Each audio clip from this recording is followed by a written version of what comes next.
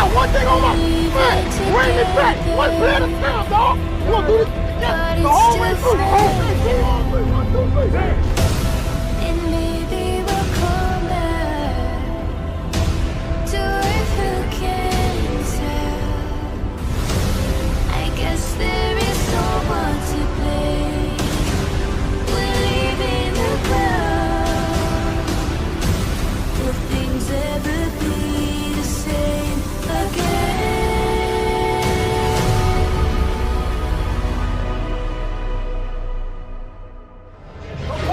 Let's go! Cut it loose!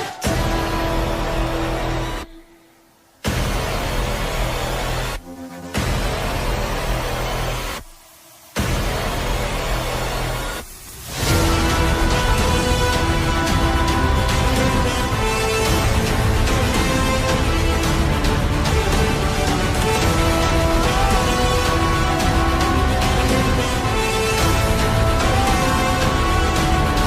final countdown.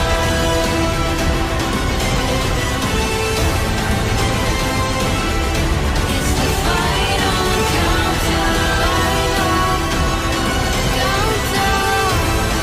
Oh, it's the final countdown.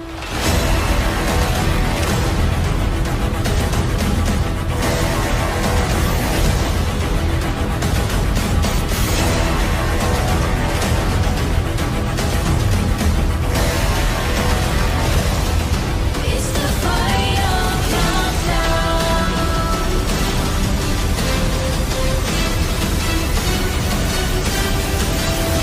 It's the final countdown. Touchdown. That's a whole different feel going in at halftime. Brady lofts it. Gronkowski. He's got it for the touchdown.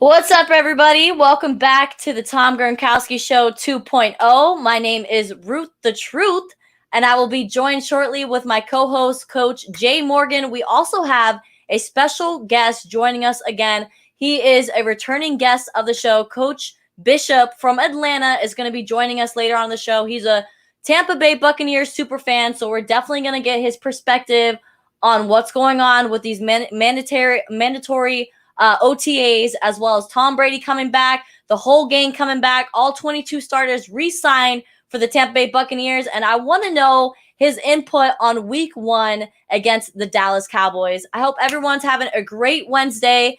We're halfway through the week. Happy hump day, everybody. I hope you guys enjoyed our intro to the show. We've been working hard on getting that together. I know it's a little bit long, but it gives everybody some time to link into the show. Make sure you hit that share down below, whether you be on Facebook. If you could please retweet it on Twitter. Make sure to go to the Fans Only Sports Network to subscribe to us on YouTube and keep up with us every Wednesday night. Like I said, my name is Ruth the Truth, and I hope everyone's having a great evening. I'm going to be bringing my co-host in just shortly. Let's bring Coach Jay Morgan into the show. Coach, how you doing? Good evening. I know you had an early morning, so I appreciate you staying up late with me and bringing our fans some Bucks talk, because that's what they want to hear. How you doing? I'm doing good. I'm ready to go. Even though I've been up early, I'll be out late. I'm still ready to go. Early bird gets the worm, right? Is that what they say? That's right. But exactly. Did you know the second mouse gets the cheese? What?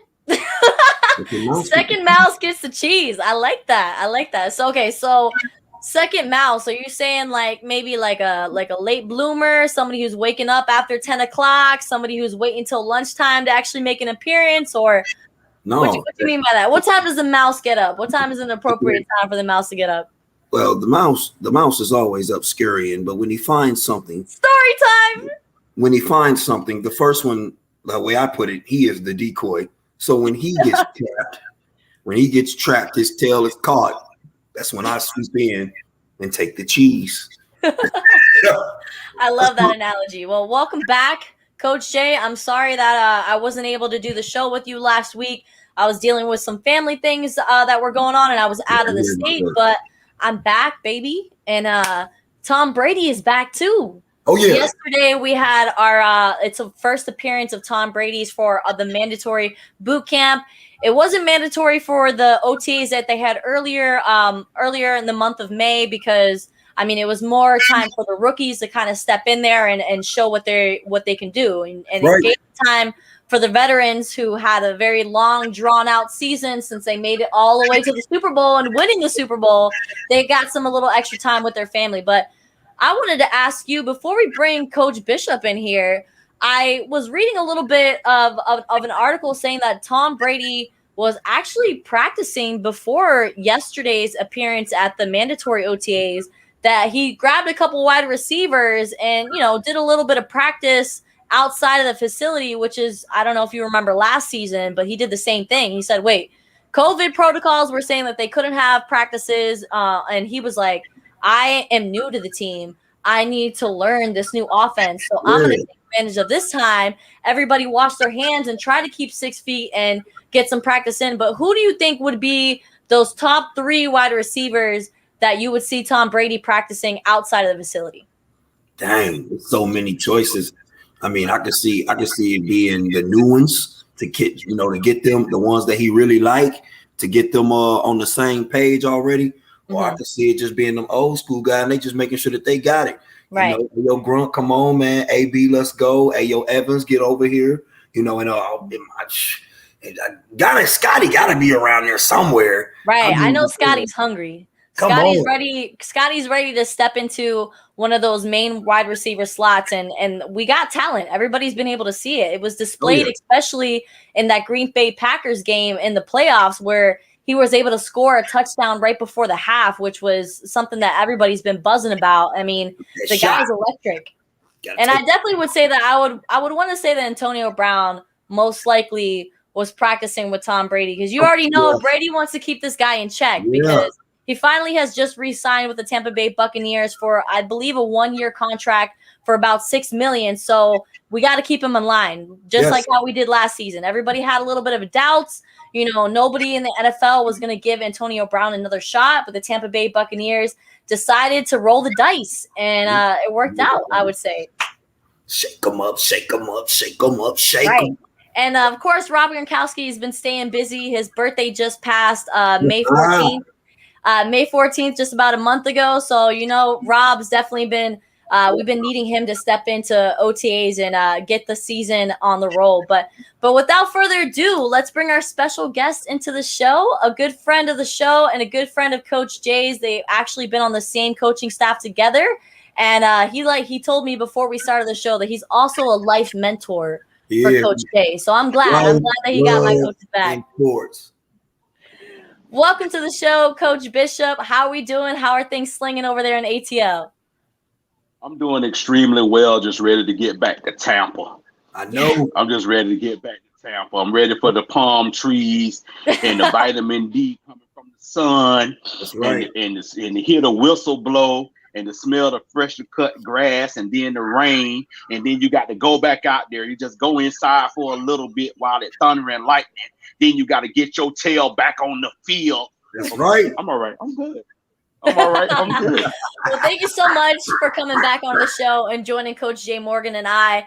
And I know that we talked to you a little bit last season when we had you on the show, but I want to know, how were you feeling during Super Bowl 55? Super Bowl 55 felt a lot like 37. Like, I cannot believe what I'm watching. I cannot believe that we're in the Super Bowl. Like the last time I was on the show, it was like, this scenario, that scenario. If this happens, then this can happen. But then we went on that run and we had to go through all of those hard places to come back to Tampa to make history and win a Super Bowl in Raymond James. Oh, yeah. I'm still speechless. So what do you think was the biggest, encouragement for Tom Brady? The fact that he was going to make history by being in the Super Bowl at home? Or do you think that he just wanted to prove to the world that he could do it without Bill Belichick? I think it was a combination of the two, because Tom is a go-getter. He's going to make history. How many more things can he do to make history? So, okay, now I got an opportunity to actually win in a home stadium. Actually play, first of all, that was history in itself, just playing, let alone to win and to hoist the Lombardi at home. And right on Dale Mabry. Oh man, oh my goodness. Oh my goodness. Right on Dale Mabry. Excited. I live about a mile away from the Raymond James Stadium, and I had the opportunity to go to Super Bowl 55, and I'm telling you, it was the best day of my life. And not only was it such an awesome experience to witness history unfolding right before my eyes, but to see Patrick Mahomes not even score a touchdown throughout that whole 3.5-hour game, I think that was the part that kind of had me beside myself the whole time. I was like, the tequila shots were going down, and I was just like, am I reading the scoreboard right? I'm not really sure if I'm believing this right now, but scoreless in his first time since being a starting quarterback in his high school career, college career, to the NFL. This is the first time Patrick Mahomes has been scoreless. Who do you think would be your number one, if you had to pick one defensive player on the Tampa Bay Buccaneers? Who do you think stood out the best for you? I would have to say Devin White. Devin White. He, I'm a defensive guy. I coach defensive backs and those linebackers, and what they call the grave diggers. They stood up, and they stood up tall. Even going through Green Bay, Sean Murphy-Bunting, Antoine, they all just came together to gel just like we did in that year that we won in 37 with Warren Sapp. When you gel at the right time, them bad Bucks, here they come. And it's nothing that you can't do with a great team on defense. But the standout is Devin White to me, in my opinion.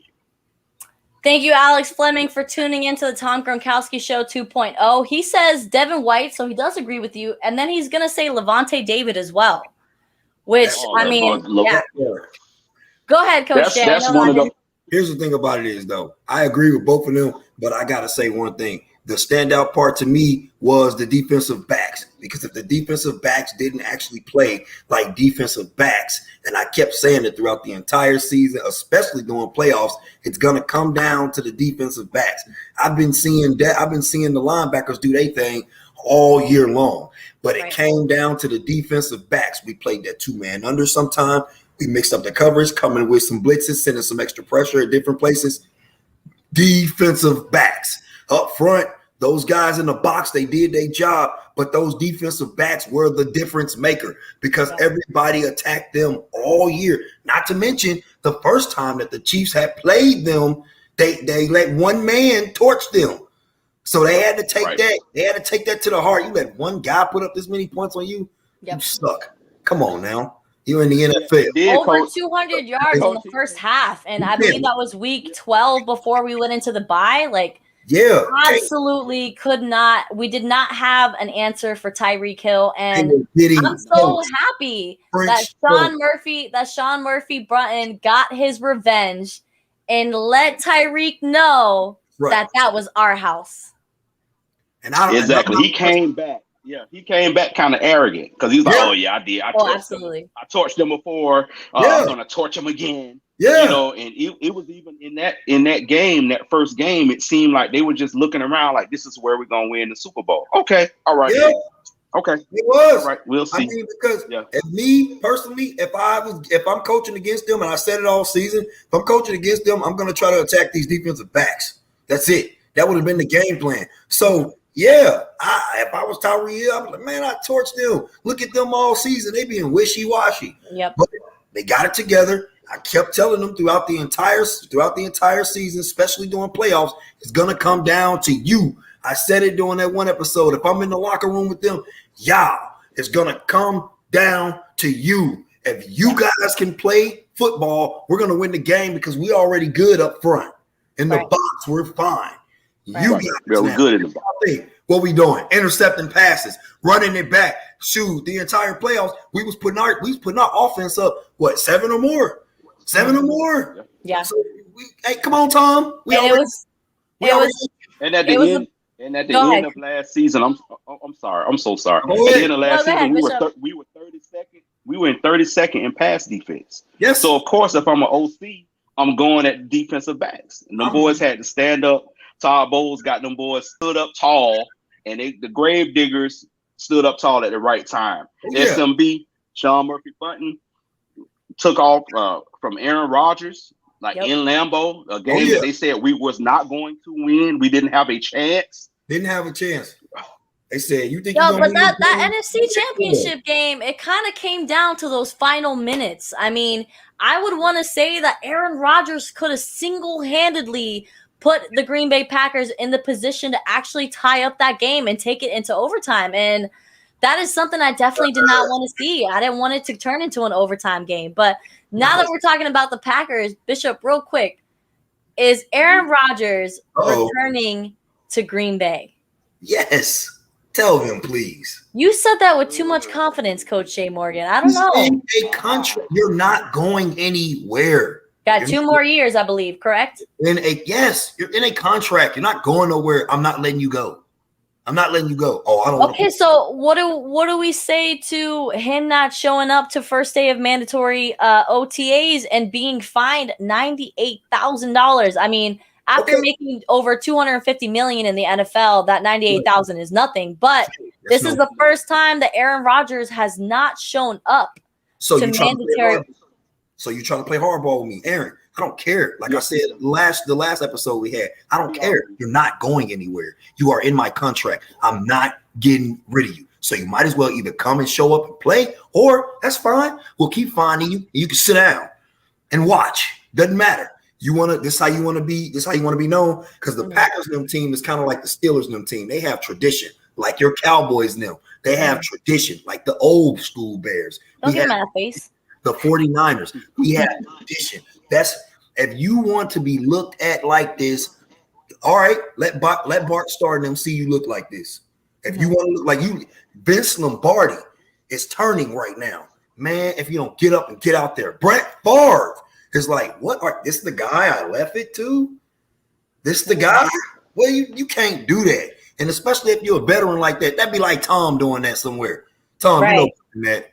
You know better than that. I've always kind of looked at Aaron Rodgers as the prima donna of the NFL. So it doesn't really surprise me the way that he's holding out, especially how the front office has been kind of treating the man the past couple seasons. I mean, you're really going to trade up to Jordan Love in the first round to pick up a quarterback when you have a league MVP in your possession. That was kind of a slap in the face. And I mean, I know Matt LaFleur wants to, you know, kind of point the fingers on defense and what went wrong in the NFC Championship game. But at the end of the day, it came down to communication, and they did not have communication from that sideline. No, they didn't. I mean, because clearly he could have ran for that first down. Yeah. Right? But But I said it. Like, man, I don't think it would have been a first down, because I think it was, if I'm not mistaken, they would have got a fourth down, but they would have took that fourth down. Like if you would have been able to run and it been like 3 yards left, like you guys would have went on fourth down. Like no doubt in my mind. Still, regardless, and it's fourth down, I'm going for it. Man, I don't care. I mean, they would have gone. Yeah, they would have went for it on first. Aaron Rodgers. So that tells me, since Aaron is so mad about this, it's kind of like that situation with Marshawn Lynch and Pete Carroll when they should have ran the ball. Yeah, passed it. It's that situation. That was the very first scenario that crossed my mind when I saw this whole drama go down with the Green Bay Packers. Was that situation with the Seattle Seahawks? And I'm like, I wonder if to this day that is still haunting Russell Wilson, because he's not been able to be back in that Super Bowl position. And if you guys remember, he actually got the what's that award called? Walter Payton Man of the Year award. So he was at the Super Bowl, and a few times the camera got a good glimpse of Russell Wilson actually sitting next to Roger Goodell. And I'm telling you, Sierra looked a lot happier than he did. And I wonder if the kind of just got the wheel spinning a bit for Russell Wilson. And that's kind of maybe what dribbled into the drama of, oh, I don't have a good offensive line. Oh, these are the 4 teams I might go to. Like, you know, I know Tom Brady just set the bar really high. And I know that it's got all the quarterbacks in the NFL thinking that they have higher power, that they could just go to any team and make something happen. But we're going to leave the conversation there, because we are here to talk about the Tampa Bay Buccaneers. Coach Bishop, let's talk about your draft picks, because I know that you wanted to get to that conversation. Who is your number one draft pick? Who is your favorite draft pick out of the Tampa Bay Bucks 2021 draft? I would have to say Kyle Trask is my number one draft pick. No, because he has the opportunity to learn from the GOAT coming straight out of college. That's a tremendous opportunity for this young kid. So I'm not saying talent-wise, but I'm just saying, like, it's just crazy to be able to come from down the street in Gainesville, come to Tampa, and learn from Tom Brady. Are you serious? That's the best scenario that he could have found himself in. And I kind of anticipated them picking up Kyle Trask. I didn't think they were going to do it in the second round. And that kind of, it seemed to upset a lot of the Bucs fans, because I took to Twitter during the draft and everybody was like, I'm turning the TV off, or I cannot believe, like, but it's like, Tom Brady is 44 years old, guys. I mean, Jason Light is looking towards the future. Bruce Arians is looking towards the future. And when you have somebody like Kyle Trask, who's obviously has the athletic ability, we've been able to see what he's been able to accomplish with the Gators and with Kyle Pitts. So, I mean, I thought it was a no-brainer. But were you surprised that he went in the second round? I was surprised, but it's a great opportunity for him. You was mad, Jay? You was mad, Coach? I was mad. I was like, why are we doing this? I don't even like quarterbacks like that. I try to go after him. I know. You're a big defensive guy. So Coach, my number one draft pick was the pass rusher. Pass rusher, Joe Tyron. Go get him. Yeah. Go get him. And to answer to King Cook, yes, we are going to smack the dog crap out of the Cowboys week. Can we not? Can we not right now?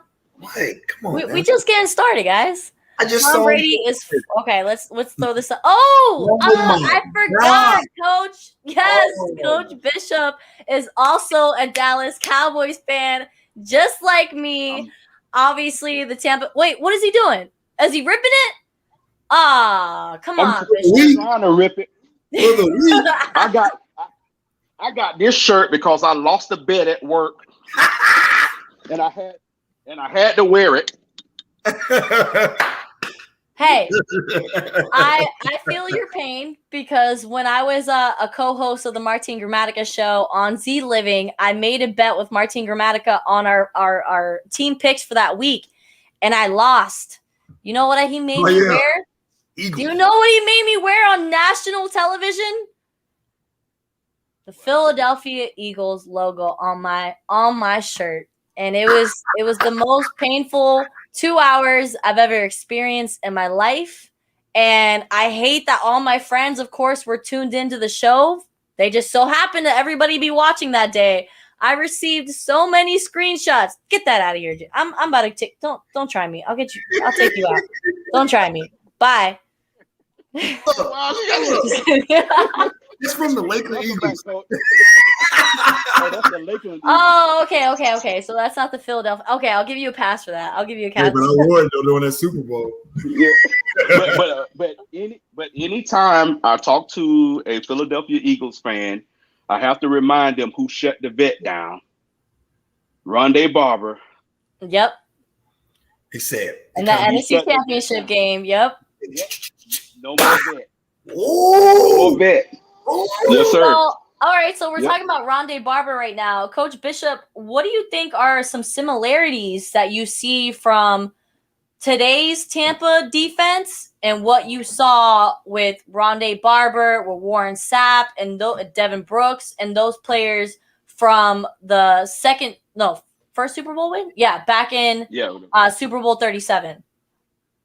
I saw a lot of it's a little the same a little bit as far as aggressiveness and swarming to the ball. I love the fact that we're now finally swarming to the ball like we're supposed to.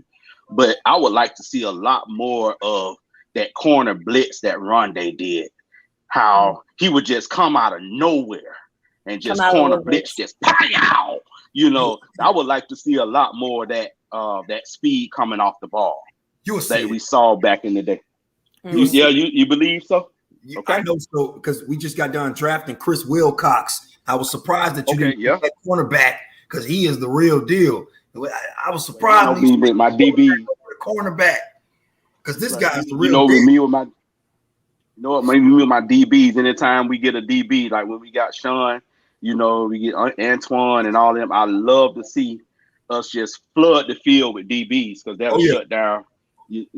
All that spread and all that mess. Right, because you know what they say, defense wins championships. And we saw that displayed for Super Bowl 55 because without an offensive line, Patrick Mahomes had no time to get the ball down the field. And when he did have time, he was running for his life, running almost 500 yards behind the line of scrimmage during that game. That boy was out there looking like Busta Rhymes. Break your neck. Break your neck. Break your neck. I don't know if y'all remember those old when we used to play the Falcons when they had Mike Vick. Mike was just so frustrated. He's like, I can't even set up the throw. I can't even set up the throw. No, you can't set up the throw because we in your throat.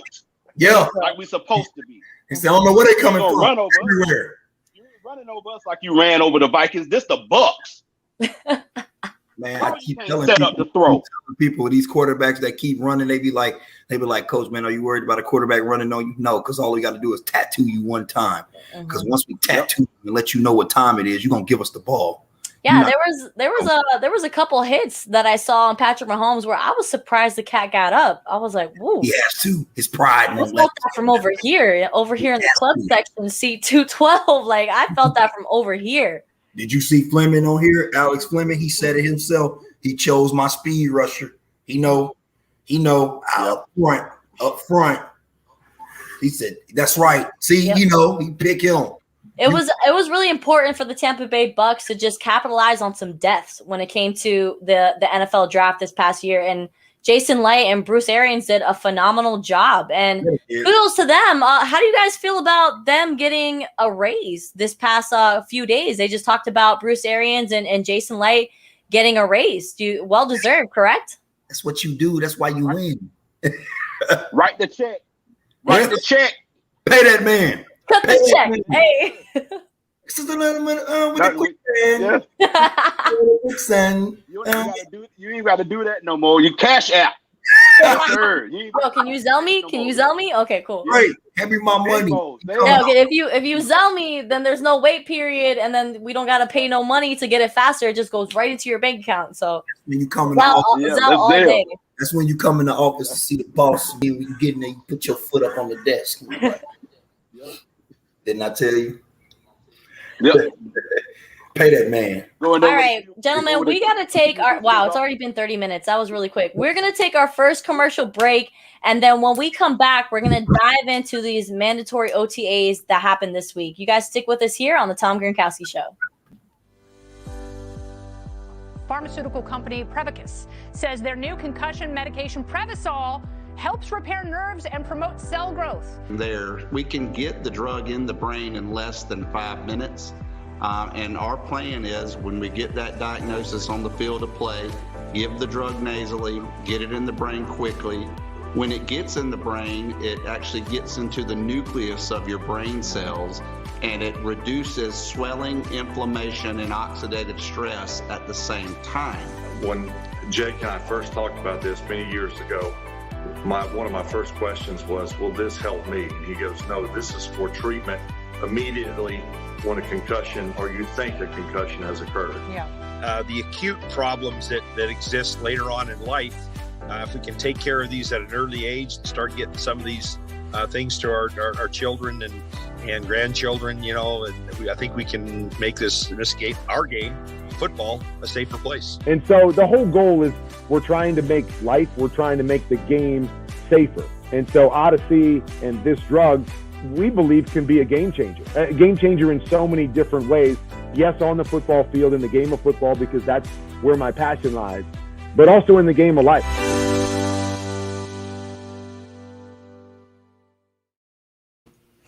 Thanks so much for tuning in to the Tom Gronkowski Show, brought to you by Fans Only Sports Network.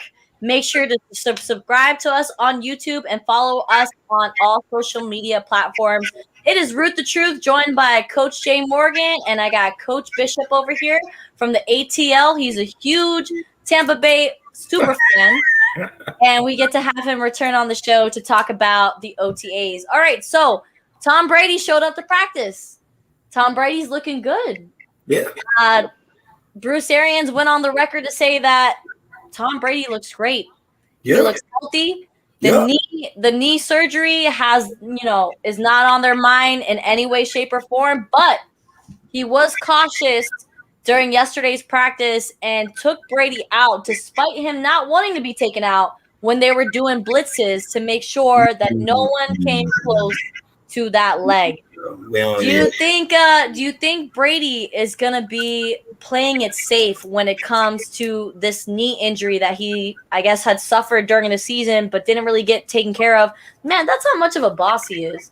He was hurt this whole time.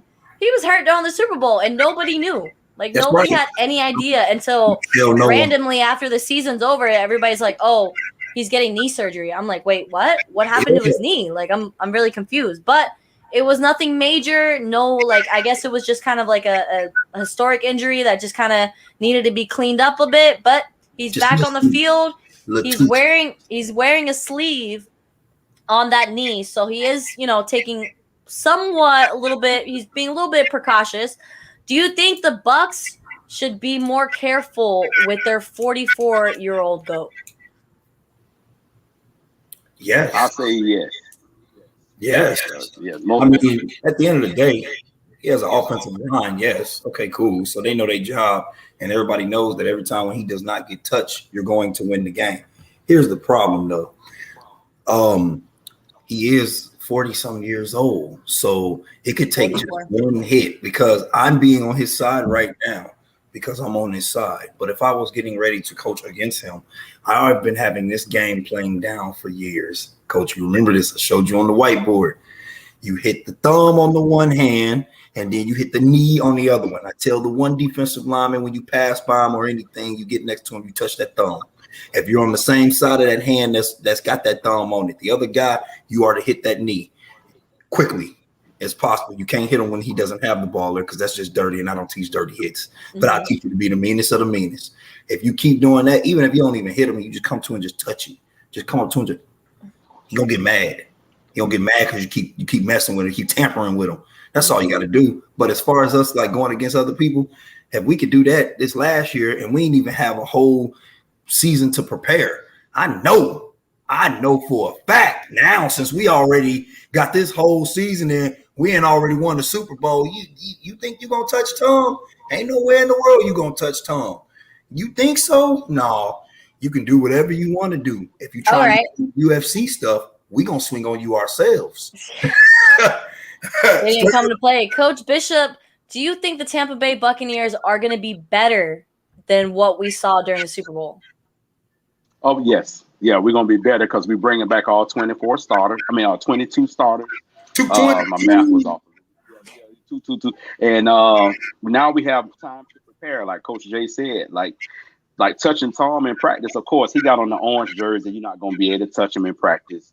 He got on the sleeve and all of that. But as a defensive mind, you know people are going to be gunning for him because he is 44 years old. I just turned 47, and I don't squat the same. You know, I don't do all that the same. Shut up. He is. No, black don't crack, man. He is. It don't crack. Yeah, and then with the help of Beijing, the help of Beijing keeping it black, you know, it's all good. But even in the gym, you know, I don't go heavy lifting like I used to. I'm 225 tops. I'm doing combine weight on everything, and that's it. So I can imagine playing at that level. Like JPP. JPP was at what, 60%? Oh yeah. Last year, and then he got his knee cleaned up on the off season. So we're gonna be better. We're gonna be greater. Yup. Yeah, Bruce Arians is really pleased with how everybody looked in the first practice, and they even ended practice 30 minutes early because they were able to get everything in that they needed to get in, and it was a fast-paced practice with some good news. The script. That's what you do. If you go through your practice and you get done with practice early, that means that everybody did what they were supposed to do, when they were supposed to do it, how they were supposed to do it. Now let's go in.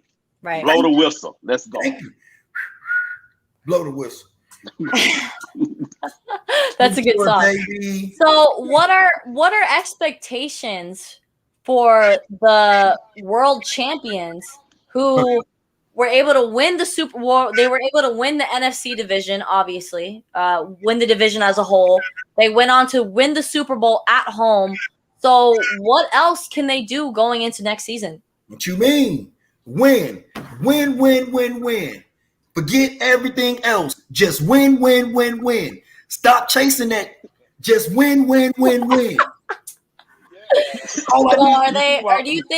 you think because from what I've read, I guess Bruce Arians is highlighting winning the conference. That's going to be their goal because they have the NFC division title flag, they have the Super Bowl flag, but they don't have the division title, or not the conference title. So do you think that's going to be on the top of their to-do chart when it comes to the Tampa Bay Buccaneers?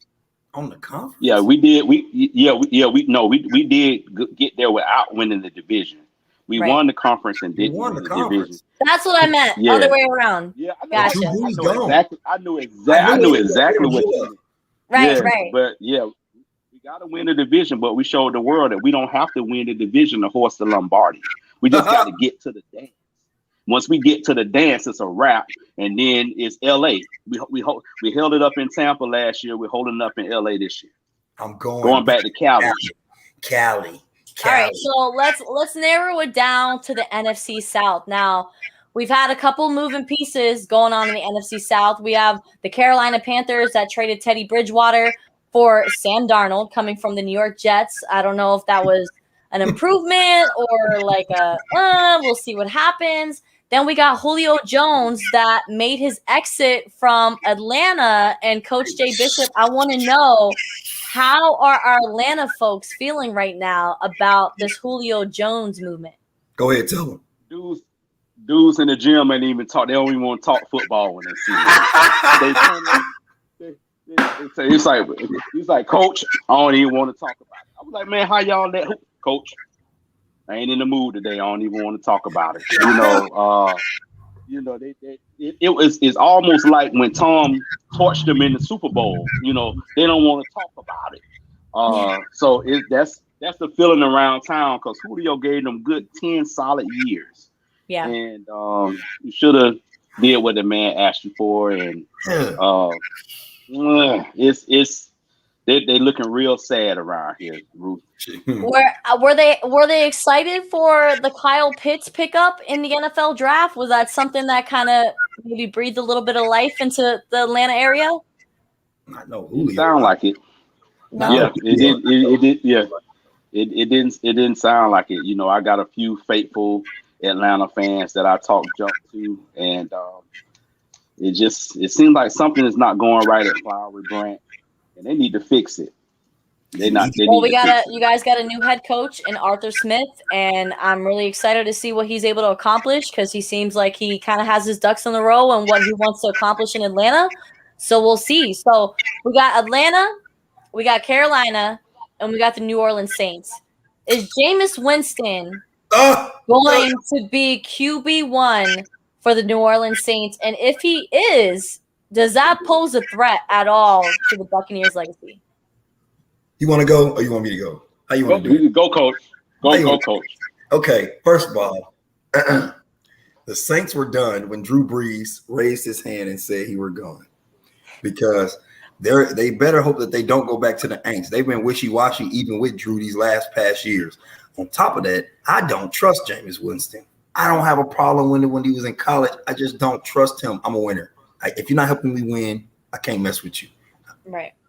If I see Jameis Winston start as QB1, I'm excited if I'm the Bucs, especially if I'm the defense, because now we get to pound you and ponder on you and be hanging over your helmet and all that while you're on the ground.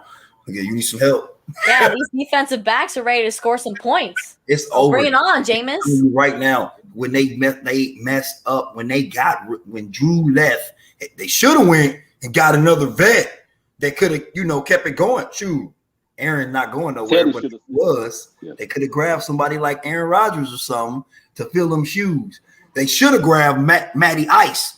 If I'm Matty Ice and Julio rolled out, I'm out of there. Hey, Sean Payton, check this out. Now, I can come there and give you the same thing Drew gave you, and I'm still able to throw it outside the numbers. What's up? You know what? I like that comparison. Matt Ryan and Drew Brees. I like that comparison. I think they have really similar playing style. Right.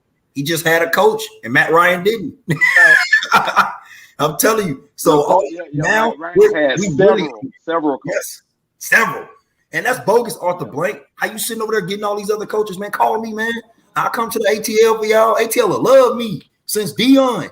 Come on now. I know I'll help us win. He got to pay for that stadium, man. He got to pay for that big old pretty stadium he just built. Hey, if we selling $2 if we up 28 at halftime, I'm telling everybody that knows me knows if we up 28 at halftime, we ain't losing.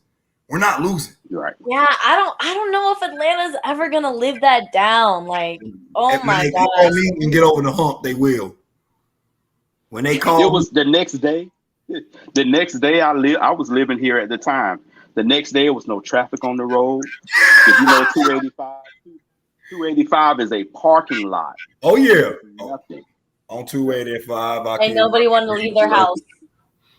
Nope. It was bad. It was bad. Nobody went to work, nothing like that. Everybody called in. Yeah, I'm sick. Right. Yeah, me too. I won't be there either. That was it. Hey, at least Coach Bishop, he was nice to the guys in the gym. He asked them the question. Me, I come in attacking.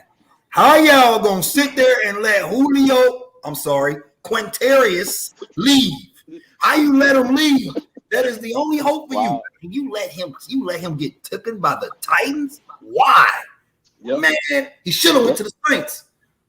So with no, he Julio shouldn't. Jones, joining the Tennessee Titans, does that put more pressure on Ryan Tannehill to, I don't know, throw the ball more instead of just giving it to Derrick Henry every time? No, you're gonna sit there and go. You're gonna go with our system. If you're open, you're open.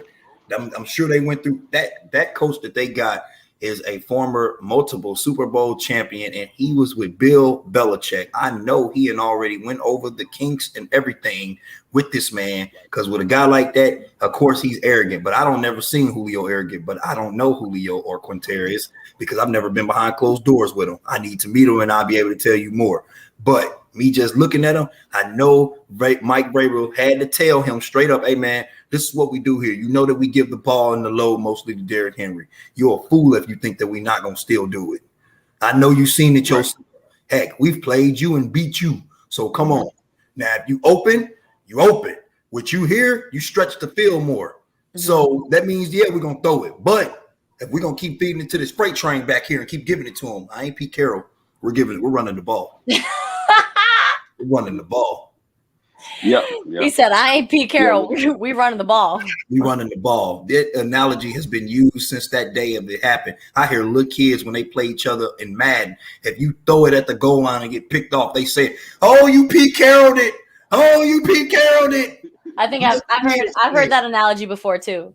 I mean, it makes sense. I mean, I was completely beside myself when I saw that happen. I was like, what was it, 2014? I think it was 2014. And I was like, wow, Russell Wilson is really going to have 2 championship rings. Like, this is really, Tom Brady is about to lose another Super Bowl. And then that happened.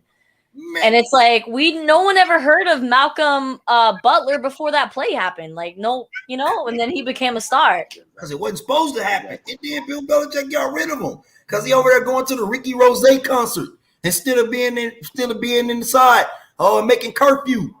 And then what happened? He didn't play during that one Super Bowl. He over there, oh, man, he didn't believe in me. Man, you messed up. Sit down. You messed up. You know what? He rubbed it in his face and let him get on punt. He can go catch a punt. That's it. You ain't doing nothing else. That's it. Hey, but no, still to this day, I say, if they run the ball, beast mode, and the LOB will still be around.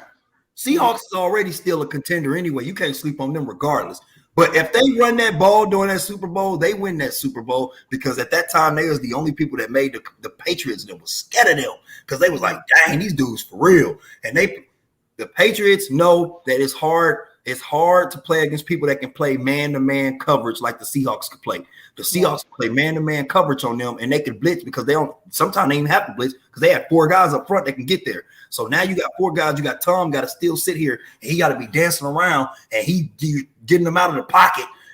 Come on now. And he can't throw it because guys are man-to-man. You got Cam Chancellor, Richard Sherman, the real Richard Sherman, not this Richard Sherman now, the real one. Yeah. Earl Thomas. Come on now. What they do? They had it. LOB was scaring them. That's why you see Tom, when they throw it, Tom was over there praying like this. Then all of a sudden they throw it and they intercept it. He says, oh! Yeah, I saw that. I remember that. He jumped up so quick. He knew it was over. Everybody knew it was over. They couldn't beat LOB at that time. So Pete Carroll, you gave that away. And that's why Marshawn Lynch be looking at them a certain type of way and just eating Skittles like, it's not my fault, boss. I don't make the calls, boss. Yeah, know what he said. A lot of well-deserved animosity between Lynch and the Seattle Seahawks franchise because that was an embarrassment that will probably be more frowned upon than ATL letting them come back 28-0. I don't know. I don't know what's worse. Yes. All right. So since over the years, what have you heard? The Pete Carroll incident or the ATL now? The Pete. I don't know. I hear both of them pretty often. What? The Pete Carroll. You got little kids that even say it. Little kids. Kids that weren't even alive when it happened. They're saying it. Yeah, they're like, man, you over here throwing the ball like the Seahawks. They weren't even born. Maybe because I live in Atlanta. Maybe because I live in Atlanta, I always hear about the ATL. Man. That was. Are you a fan of Matt Ryan, the QB for Atlanta? Do you believe in him, or do you think that Atlanta just needs to completely dissect and start from square one? I think they need to start from square one. Okay. I think coming in with a newer quarterback, I thought they were going to draft a quarterback to come and learn up under Matt Ryan because he is on his way out. Because, you get in these dirty 30s and old lordy 40s and stuff like that. Oh, lordy NFL, 40s. I like that. Old lordy, I've been in the old lordy 40s for a minute now, so I understand the pain. You would want to come in and have a guy that you can hand over the reins to, and I think they should have done that. Yeah. So, all right. So the Atlanta Falcons had the number 4 pick overall in the NFL draft. Who did you think they were going to pull the trigger on?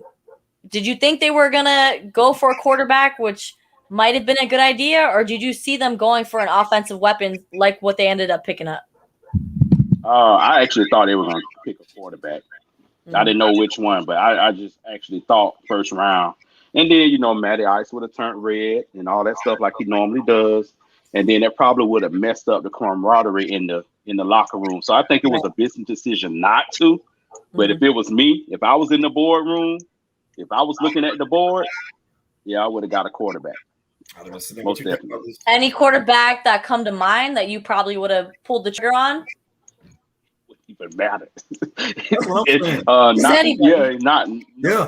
Just somebody that was going to come and put some youth back in the organization, because business as usual has not been working for this franchise. You got to pump some youth in there. Mm-hmm. Switch things up a little bit. I don't need the best player. I just need the right player. I run the system. He fits my system. He'll be good. That's why I want somebody that's hungry. Yes. I want a hungry player. That's what I'm saying. Somebody that's going to beat me to the facility. Right. So talking about hungry, stay longer than me. Mm-hmm. Right. So talking about being hungry, Tom Brady had a quote that I guess was right after the Super Bowl. He said, "I've just been sitting here thinking about how we could really get a lot better next year. We still haven't hit our peak." What do you think about that statement by Tom Brady? I gotta tell you, never satisfied. That's great. Never satisfied. Great. I love that. Crazy. People look at me crazy. I love it. Oh, you just it's like, okay, you guys. I mean, I can't even think of the final score right now of the Super Bowl. I think it was like 9-36, or I know it was in the 30s for sure. A lot. But you completely. Right. What does the shirt say? Does it have the score on it? It's not on this shirt. It's on one of the other shirts. But I was looking for the score on this shirt, Yeah. If I'm not mistaken, it's like 36-9 or something like that. A lot to damn near nothing. A lot to damn near nothing. Yeah, 31-9, I think. 31-9. So how does the offense get better? What do you think Tom Brady is talking about that they need to improve on offensively when it comes to coming into this season? How old is Tom? 44. Okay. Score 44 points a game. Or more. 44 is the basement. 44. Yeah. Guys, we're talking NFL, not NBA right now. No, what you mean? Yeah, you see these high school popping up, man. Lakeland, they'll be running the score up on people in the second quarter. People, man, no, it's this real life. No, 44 or more. If you don't, we run the rest that you was away from the 44. Yeah. Are we talking miles or yards? Huh? Are we talking miles or yards? You said we run in the rest of what we don't get to 44. Sprints, gassers, okay. Sprints. Something that's gonna make you feel like you can't breathe, and when you play the next team, you're gonna have 63 on the board by the time it's third quarter, because you're gonna be thinking about, I ain't running those again. Score, set records, stay off of fourth down, stay off of third and long. Just keep it going like a freight train, and we'll be all right. Yeah, like it's all right. We ain't worried. We gonna be all right. So, Coach Bishop, we're gonna be wrapping up this episode quickly, but I want to go over the first 4 games with you for the Tampa Bay Buccaneers. Week 1, They're going to be facing the Dallas Cowboys and a returning Dak Prescott with Jerry Jones in the Raymond James Stadium. How do you think this game is going to go down in week 1? Keep Dak on his back. Keep Dak on his back. I knew it. Keep Dak on his back. Because I hate when they come to Raymond James, and I hate when they wear them freaking blue jerseys. Yeah, I don't like that. I can't stand they come to my stadium and they wear them freaking blue jerseys, and we have a hard time with the Cowboys, especially early in the season. I cannot stand. Going back to ripping up the Dallas shirt. Okay. But if we keep Dak on his back and not let him get in the rhythm, we should be fine. All right, so we have Tampa Bay winning in week 1. Yes. All right, week 2. 24-13. What did you say? 24-13? Yep. Okay, I like it. A missed field goal on the Dallas side. I like that. All right, so week 2, we're gonna be hosting the Atlanta Falcons at the Raymond James Stadium. How do you think that game is gonna turn out? 44-3 Bucks. 44-3? Oh man. Arthur Smith, man, new coach. You don't. Man. Okay. All right. We're gonna welcome him to the NFC South. We're gonna welcome him to the NFC South with a good butt whooping. That's right. And we're gonna know what's up. And they're gonna call me. All right. So week 3, we're gonna be traveling to the West Coast and facing Matthew Stafford and his rejuvenated LA Rams. Now, the last time that we faced the Los Angeles Rams was at the Raymond James Stadium when they still had Jared Goff, and we made Jared Goff look like Steve Young at one point. So how do you think that game is going to turn out for the Tampa Bay Buccaneers? Do you think they're in for revenge when it comes to the Rams? Yeah, I think we'll go back. I've been hearing the Rams as being, I guess, the most potential threat for the Buccaneers when it comes to the NFC conference. Yeah, they keep being there. Yeah. McVay got his guys right. That's going to definitely be a challenge, but it's going to give us rehearsal for the Super Bowl in that stadium. We get to look around and get acclimated to where we're going to win the Super Bowl at the next year. All right. Yeah, you find those divots in the field and you figure out, okay, I see what you're saying. All right. So the most anticipated game. Yeah. So the most anticipated game, I think it's the most anticipated game, is week 4. We're going to be facing the New England Patriots at Gillette Stadium. Now, Rob Gronkowski went on the record to say that it's going to be an emotional matchup for him and Tom to be returning to the Patriots after both of them made their exit. Now, Rob and Bill Belichick didn't seem to be off on good ends, because Rob said that he decided to retire once he found out that Bill Belichick was going to trade him to the Lions.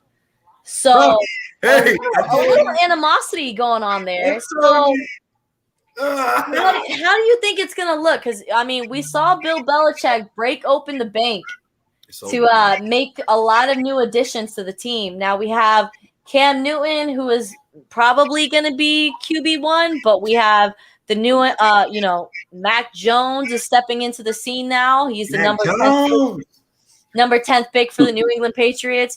What do you anticipate the score to be for that week 4 matchup against New England and the Tampa Bay Buccaneers? And it's so rich. That matchup is going to be so rich. So many storylines, so many headlines. I got one. Wait till you get done. What you got, Coach? What you got, Coach? I got a storyline. I got a story for that. Okay, and I'm just thinking it's gonna be a nail biter. It's a Sunday night game, if I'm not mistaken. Yep. And it's under the lights at Gillette. Tampa 38-35. Oh, a nail biter. All right, story time, Coach Jay. You got the floor. Here we go. He's back. But this time he didn't come alone. He brought a little bit of help with him this time. some familiar faces that you've even seen for years, maybe even certain months.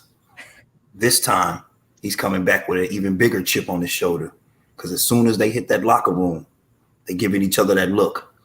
Yeah, we'll shake your hand at the beginning, but when we'll cross that field, we looking at you dead in your eye, because letting you know that we getting ready to set it off. You tried to send me to the Lions.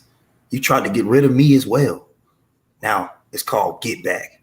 Got to get that get back. I say that they come out and they blast him. 45 is Cam Newton. I don't believe in him. 45-21.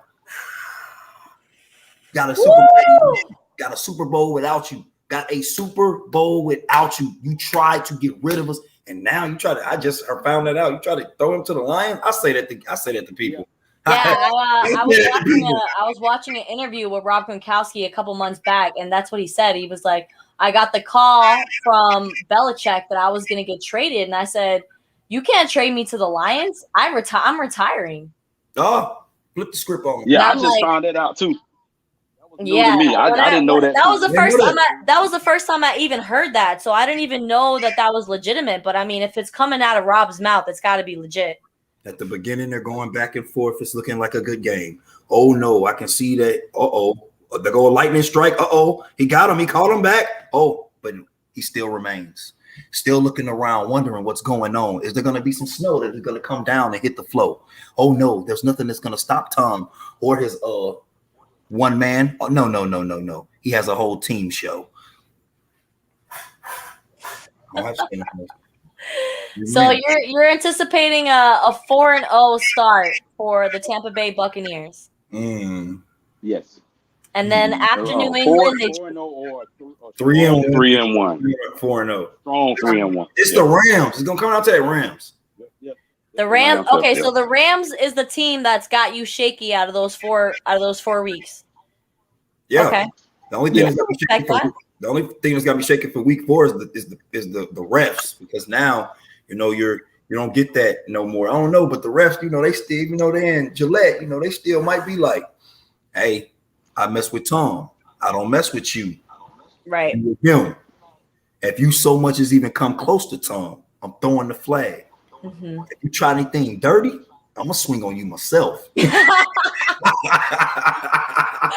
You wild. I'm telling you. Coach Jay, do you have any final thoughts that you would like to wrap up this episode? Because we've gone over the hour just a little bit because we've just been having that much fun. But I know that I've been taking the floor for most of the show. So, Coach Jay Morgan, do you have any final thoughts? All I'm gonna say is make sure y'all keep coming, keep turning in, because make sure you be here with us this whole process. It's all about the process. Trust the process. So y'all with us before the season, then you're gonna see how we're gonna turn everything around during the season, and then you're gonna see us, we're gonna take it back again in the playoffs, just like we told you the first time. Then we're gonna go to the playoffs, win the Super Bowl again, and then we're gonna get ready for season 3. Y'all want to see the growth? Make sure that y'all are here, because then you don't want to be that person that be like, oh, I remember them. I should have been watching them more when they all up on ESPN and all that. So make sure that y'all be with us, grow with us. We'll yes. See you next time. Yes. Thank you so much, Coach Jay Morgan. And Coach Bishop, we really appreciate you taking the time to come on the show. Once again, you are always welcome back to the show whenever you'd like to come back and talk some football with your good friend, Coach Jay Morgan. Give us your final thoughts and let people know where they can find you on social media. Oh, what's up? So I'm so glad to be back. It's always a pleasure to be back. On all social media platforms, I am Apostle KLG1.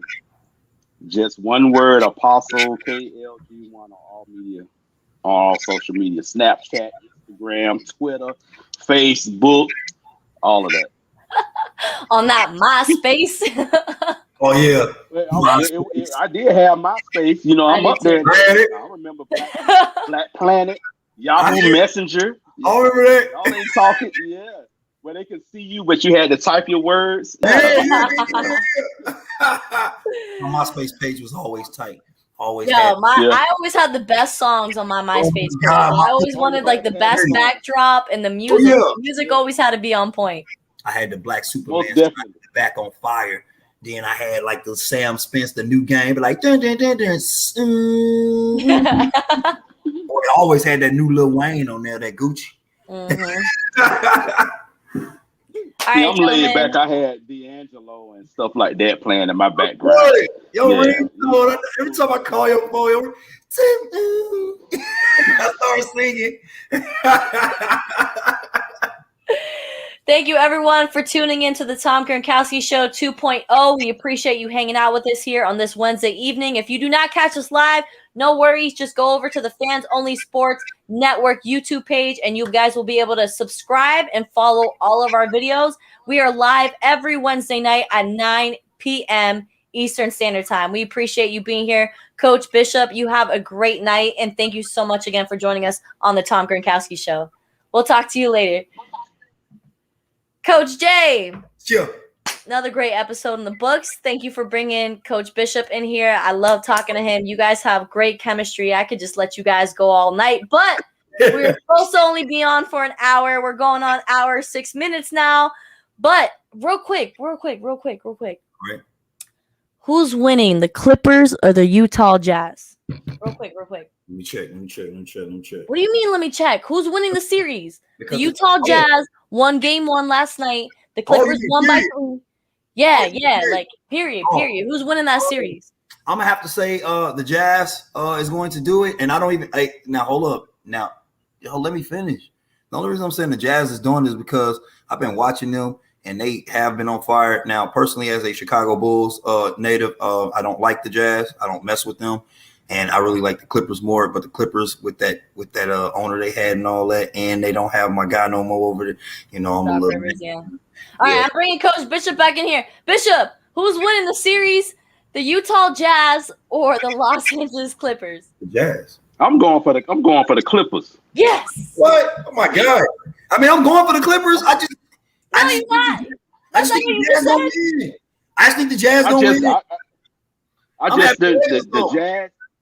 I just haven't really liked the Jazz since the days of Karl Malone. I just like that's why I just said. I want the Clippers to win. Like I'm surprised that the Jazz. I don't mess with the Jazz, but I'm just telling you based on what I've seen. John Stockton. Yeah, John Stockton. Karl Malone, little shorts. That's all right. That's all right. What about Seahorn or something like that? The one that Mike put that move on him. He was like, "I got Mike." He was like, And they asked Mike, they said, why you do it to that kid like that? He said, well, when I was playing baseball, I came up and the kid was like, oh man, why you retire? You know I could guard you. And he's like, I'm telling Karl Malone, hey, you better get it. He said Karl was over there like, don't listen to him. That's just a rookie. Don't listen to him. He said, well, finally got him in the finals. And he said his momentum was going out. Whip back. Court. Get out of here. Give me my wing. Give me my all right. Another quick NBA question. I know that we're an NFL a show, but I mean we got the NBA playoffs going on right now. So who are you picking out of the series between the Atlanta Hawks and the Philadelphia 76ers? Who you got? They're 1-1 right now. From game 1, Trae Young, the Hawks. I like Doc Rivers. I love Doc. I love Doc. I love Doc too. I'm taking Doc. I've been loving him since he was a player for the Hawks. For the Hawks, but I'm gonna take Doc. With them itty bitty. You taking Doc? Okay. I'm taking Doc. All right. Is anybody surprised that the Phoenix Suns were able to knock off the Los Angeles Lakers in the first round? I was excited though. Yes. Go home. You ain't Mike. You ain't Mike. Go home. You ain't me. Try again. I was in here laughing like Urkel. Okay, but do you think it would have been the same scenario if Anthony Davis wasn't hurt? Oh no. No, not at all. I mean, but AD, he tried. He went out there. He really wanted to be out there for his guys, and that groin injury is something serious. He couldn't. Yes, it is. It would be killing me. It would have been a difference. So right now, it's game 2 for the Phoenix Suns that are leading the Nuggets 1-0. The Denver Nuggets are down by 5 right before the half. Who do you have winning this series, the Denver Nuggets or the Phoenix Suns? Go ahead, I'm gonna let you. Phoenix may do it again. Yeah, I say Nuggets. That's what I was thinking. You do? Okay. I say Nuggets just because I don't know. I know I probably shouldn't be saying Nuggets, but I'm saying Nuggets just because I think the Clippers have a better chance to defeat the Nuggets in the Western Conference Finals than they would the Phoenix, because as you can see watching that Dallas Mavericks series, we can't guard the perimeter. So if we have shooters, we're screwed. So I'd rather see the Nuggets and Clippers matchup. That's right. Yeah. Okay. Taking the Nuggets. That sun's going on that momentum. All right. So last one: Brooklyn Nets and the Milwaukee Bucks. Dang, man. Is anybody surprised how Giannis is getting shut down with no James Harden? No. Oh my God. I didn't mean to upset you, gentlemen. I'm sorry. Because I want the Bucks to win that. That's so hard. Yeah. I want the Bucks to win that. I don't like this. Why? I don't like the celebrity team. I don't like that stuff. Oh my God. I don't like that. I'm sorry. I like traits. I got LeBron did the same thing when he joined the juggernaut over there in Miami when he had. I didn't like him either, and I was rooting for the Pacers to smash them every time. Yeah, me too, man. PG-13 did not show up in that series. I was so upset. I like D Wade. I had like $200 on that series. I had my Pacers jersey. I was living in Indiana at the time. People, old dudes, see me when I was at college in Cincinnati, come up to me with my Pacers jersey on. He's like, Pacers. That's right. I don't like that flashy stuff. I want you to just win and shut up. We don't need to be flashy. Win.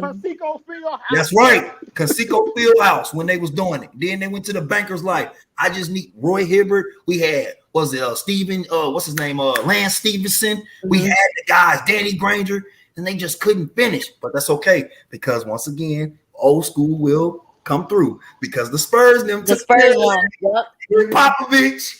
Popovich, he already know. He had to pop up. Yeah, pop up. That's right. Yeah, Pop be killing him, boy. That's right. Pop used to kill him. Y'all gonna play that individual ball. We're gonna play team ball. And with Tim Duncan, doesn't matter how old Tim Duncan is, standing by that rim. Let's go. Get you another ring. What Shaq call him? The big fundamental. The big fundamental will get you. I don't know how they play, but they're gonna have to do All right. Thank you so much, gentlemen, for taking the time to dissect the NBA playoffs with me. I appreciate you guys hanging out for this long, but I'm gonna call it a night. It's past my bedtime. I gotta go to sleep. So you guys enjoy the rest of your night. Thank you, everybody that's tuned in to the Tom Gronkowski Show 2.0, brought to you by the Fans Only Sports Network. You guys have a great night. By the fans.